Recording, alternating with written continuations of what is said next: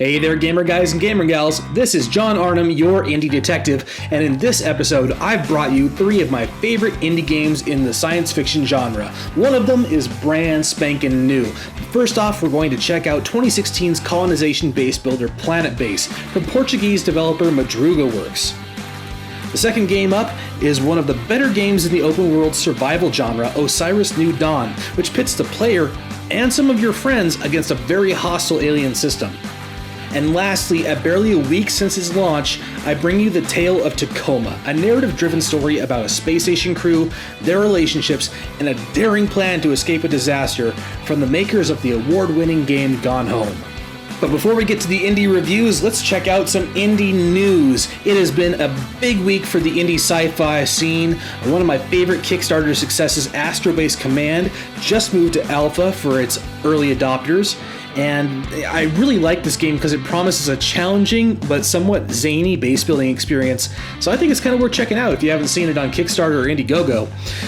Another thing, Aven Colony, that we reviewed the demo for a couple months back, finally launched on July 25th to resoundingly mixed reviews. A lot of people say it's really shallow gameplay and you get pretty much everything out of it in the first couple hours of playing it.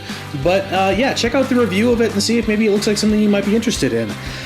But the thing I really wanted to talk about here is, it's just something I've been really excited for. It's a space logistics sim called Interstellar Transport Company. I've been following this development for a while, and it's really exciting because it combines the game mechanics of games like Rise of Industry with the ability to take humanity to distant worlds and stars. So developer MT World sent me an alpha key, and I put about 15 hours into it this week, so I'll definitely have a release day episode of 5-minute reviews for you when it releases on August 16th, next Wednesday. So that was pretty quick and painless for news, right? So let's get on to the reviews. If you're new to this channel, we look into 3 things for every game to give you all the info you need to decide if it's right for you. First, we give you a basic overview of the game. This is going to be things like the game's plot, genre, and development history. Secondly, we go a little into the gameplay basics, talk about scoring, difficulty controls, maybe even some of the functionality basics, and if there are any bugs that are going to keep you from enjoying the game to its full capability. And lastly, we talk about viability and value. That's things like cost, content, completeness, and frequency of updates. Now, this is where this series really shines. It's really important for the early access titles, so we really look into whether this game is going to give you back the amount of enjoyment that you've paid for. So with that intro out of the way, sit back, strap in, and get ready for blast off as we take off into the Indie Detective Reviews sci-fi episode. The first game on today's slate is a little bit older, but it's one of my persistent favorites. A game I can sit down with for a few hours at any point, much like indie classic Banished. This is Planetbase, a city building and resource management game where you guide a group of intrepid colonists as they set up a new home for humanity on a distant space rock. It's definitely an underrated game in my mind, although it sold a decent 250,000 copies since its release in late 2015. It functions well as a city building game, which will feel familiar to both veterans of that genre who played maybe Caesar or Pharaoh, and to newcomers with limited resource managing experience. Now, for a sci-fi game, there's not a ton to uncover, but as you succeed on more forgiving planets, you can colonize far more hostile worlds and really put your skill and luck to the test. The presentation of this game is nice too. You can sit and watch individual colonists go about their day, tending crops, socializing, maybe even drinking their sorrows away on synthesized vegetable beer. So let's move on to the gameplay in Planetbase. This game is primarily about resource management, like I said. When you step off the ship, you have a finite amount of building material to get your survival basics up and running, and you better do so because your colonists have a finite amount of air in their suits, and they'll definitely die if you don't get them into airlocks soon. By the time you get that initial allotment done with, you won't be producing much, but just add a few smaller additions to your base, get a constant stream of new colonists, and you'll grow your industry pretty steadily.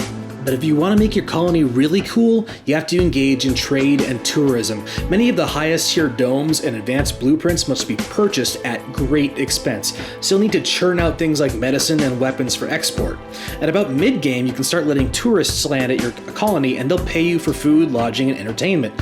But letting strangers into your base can be dangerous. They may turn out to be terrorists or saboteurs who will try to destroy your whole base unless your brave colonists can somehow find a way to stop them.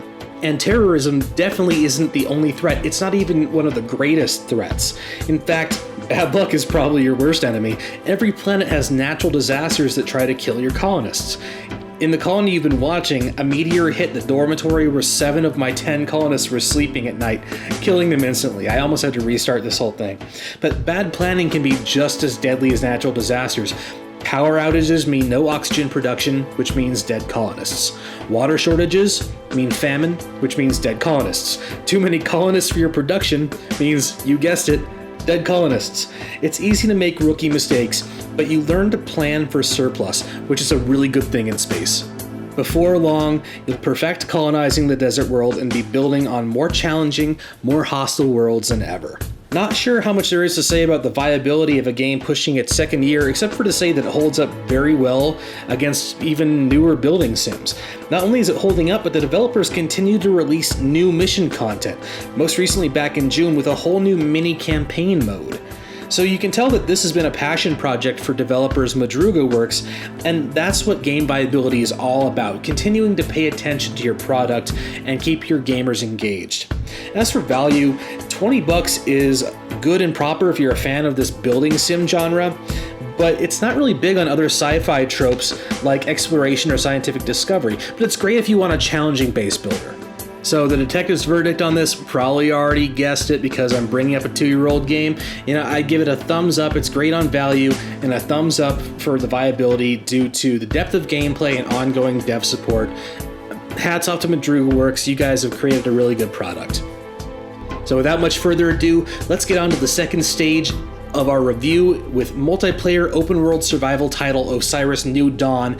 In Osiris, you step into the suit of a marooned astronaut just moments after crashing to the surface of a dusty alien world. Suit punctured and bleeding oxygen, you only have seconds to patch yourself up. After that, you grab all you can and head upland, looking for the nearest planetary outpost. Osiris is really a polar opposite from Planetbase in pretty much every way except for the color of the planet you're on.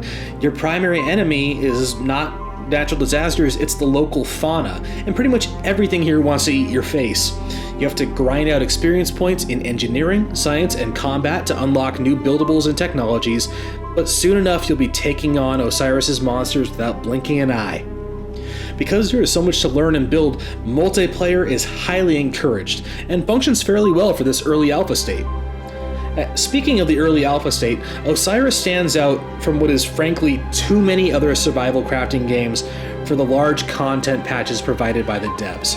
This is one of my favorite things about early access titles is when devs do this. They have something really cool in mind, they release it to a huge fanfare, and then they keep building big release packages like that. The last major content patch for Osiris was back in late June that added whole new structures, character animations, and, well, just trust me when I say that the game has come a long way since it launched like a year ago. There are now buildable vehicles and robots and even spaceships. The devs continue to work on bringing a compelling storyline to the game. So that was the not-so-brief intro to Osiris. Let's talk about the gameplay here.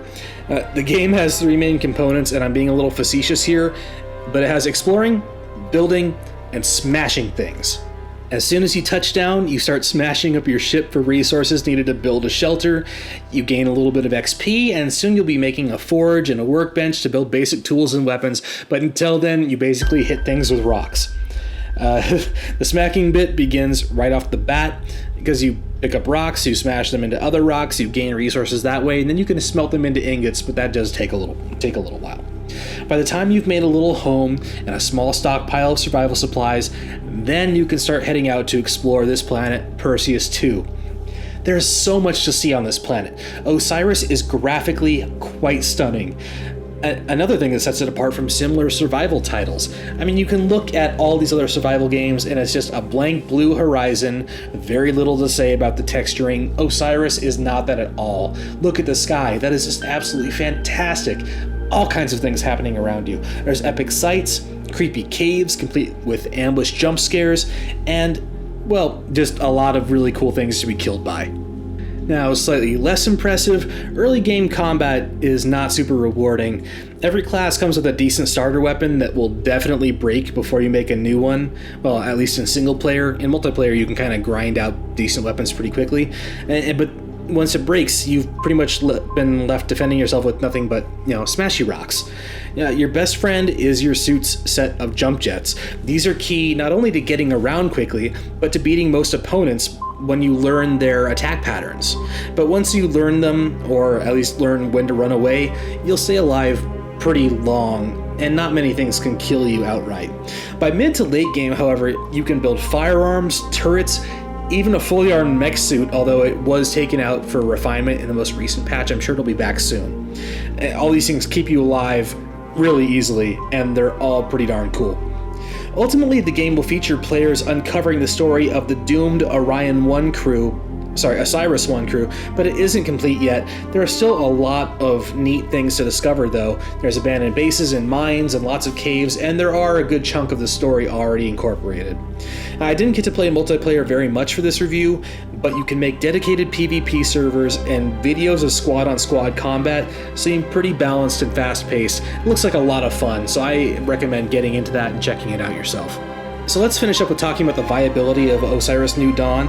Like I said, viability is a really important thing for early access titles. And one of the big positive aspects that I mentioned already is the devs releasing regular large content patches. And this is an absolute must-to-do to keep your early access buyers happy and interested. The other side of that coin, though, is early access feature creep. It's a trap that a lot of developers fall into. If you're like a backer of Star Citizen, you're definitely a victim of this. I'm a backer too, don't hate me. Without a definite launch window or endgame, many survival games, including a couple of my old favorites, will die a slow and obscure early access death. Looking at you, 2015 Stranded Deep. Gah. So far, there are a few more planets to build, which is a big task, a few more features to implement, kind of a medium task, and some buildable models to perfect, which are almost done. As such, I have hope that this ends pretty well, maybe even gets out of early access, woo, and ends up a deep, functional, replayable game, especially if you get some friends to play with you, which, you really should. As for value, this is where I'd kind of take issue with it. $25 is, on par for similar open world titles, but maybe a touch on the high end. Subnautica, for example, is $20, as well as The Long Dark was before it left early access. Personally, I think the price is okay, but if it was lower, maybe like $18, it'd be easier to sell on hesitant indie doubters, who, you could otherwise convince to join you on a multiplayer server. This robs those willing to buy into early access of what makes this game really stand out from other similar titles: multiplayer functionality. Not a lot of other games have that, and it's really something a lot of people want. So the detective's verdict on Osiris New Dawn, big viability props to the devs for the content patches. As for value, I hesitate to give it an unqualified thumbs up, but give your friends a good nudge when you see it on sale. If you're like an indie gamer like me, $25 is a good value, but everything's better with friends, and at a sub $20 price point, even early access haters will enjoy Osiris New Dawn. Hello, I am Odin, Lunar Transfer Station Tacoma's Operational Data Interface Network. I have recorded this message to welcome you, guests, aboard. The final game on today's slate is only a week old at this point. Tacoma is a new story-rich exploration game from the makers of the award-winning title Gone Home, an immensely touching mystery from way back in 2013. Much like that acclaimed predecessor, Tacoma is fairly short, but it's loaded with Easter eggs, references, personal touches, and peeks into the backstories of its cast. I finished this story in about 3.5 hours, but there are still a handful of exploration achievements I did not unlock. In Tacoma, you play as Amy, which is short for Amy Jody Ferrier. She's an independent contractor hired by the Venturis Megacorporation to investigate a catastrophic incident on Lunar Transfer Station Tacoma. Telling you much more beyond that enters into spoiler territory, but you can immediately discern that the crew are all gone and the interior is kind of in disarray, so take from that what you will. The setting is not super new, but it is really well executed. In this future, corporations are the real power in space. Earth nations are all rearranged, and workers are paid mostly in corporate script currency called loyalty points. I had a good chuckle out of that, and some reference to some material that I found where a character chose to attend Amazon University instead of MIT. Aesthetically, Tacoma is brilliantly executed. The views of Tacoma's rotating exterior and the spinning distant Earth are great, and the voice acting by a multinational cast is very well done. You'll start to love this crew despite only seeing the recorded wireframes that represent them. So let's talk about Tacoma's gameplay. It's a little unique. Gameplay in Tacoma revolves primarily around playing back crew recordings through your virtual neural display. When you discover a recording, you can walk between rooms to see how various members of the crew are interacting at any given moment. You can also gain access to the crew's data, read through their chat logs, and see which futuristic boy bands they're obsessing over. On top of that main game functionality, exploring the station will allow you to unlock further secrets about the crew, find fun mini-games and puzzles, and hunt down the elusive and hilariously named Margaret Catwood, who is hidden somewhere in every recording. There's an achievement for it. So that's really all there is to say about the gameplay. It's pretty straightforward, except that I would love to play this in a VR headset. I mean, just look at it. It kind of looks like it's already in a VR headset, but it's not. So viability analysis is somewhat limited on complete one-off titles like this. It tends to blend with the value to the point of being indistinguishable. So Tacoma's value at $20 may seem steep for a 3 to 4 hour game, but adventure titles like this that Fulbright writes are considered, I mean, they're really more a condensed form of entertainment, closer to film than it is to other games. I mean, if you think about it, other games really pad the gameplay time with a lot of running around, a lot of doing side quests that don't really, reward you in any way. This is super condensed entertainment. The plot is quite compelling, it's very well paced, and I can't really say it enough, but the actors were very good. It released to an 88% positive rating on Steam and has a 78 on Metacritic, which is actually lower than I thought it would be, but still very positive. So I'll boil down the value analysis to this. It's like paying $20 for a very good movie. It's not an RPG, you don't make choices, it's an on-the-rails experiential game. Personally, to me, it was worth the $20 price tag, but it won't be for everybody. If it's on sale for $15 or less though, snag it. I don't think you'll be disappointed by the story, art, or the voice acting. So the detective's verdict on this brand new sci-fi game, a thumbs up for value, but it won't be for everybody. Well, that's it for episode 7 of the Indie Detective Reviews. I hope you enjoyed some of this sci-fi fun that we had here today. Be sure to check out Interstellar Transport Company, launching Wednesday, August 16th on Steam. I've had a bunch of fun with it, and I'm not just saying that because I got to play it early and for free. It really is quite an excellent logistics game, and if you want to explore and colonize new planets, it's going to be a fun title for that too. If you're looking for more great indie games, finding them is what we do here. Hit subscribe for the freshest reviews, like this video to get us up on the YouTube charts, and check out the Indie Detectives Review playlist for more games like this. I've been John Arnhem, your Indie Detective, and I will see you next time with more outstanding indie titles. Take care, everybody.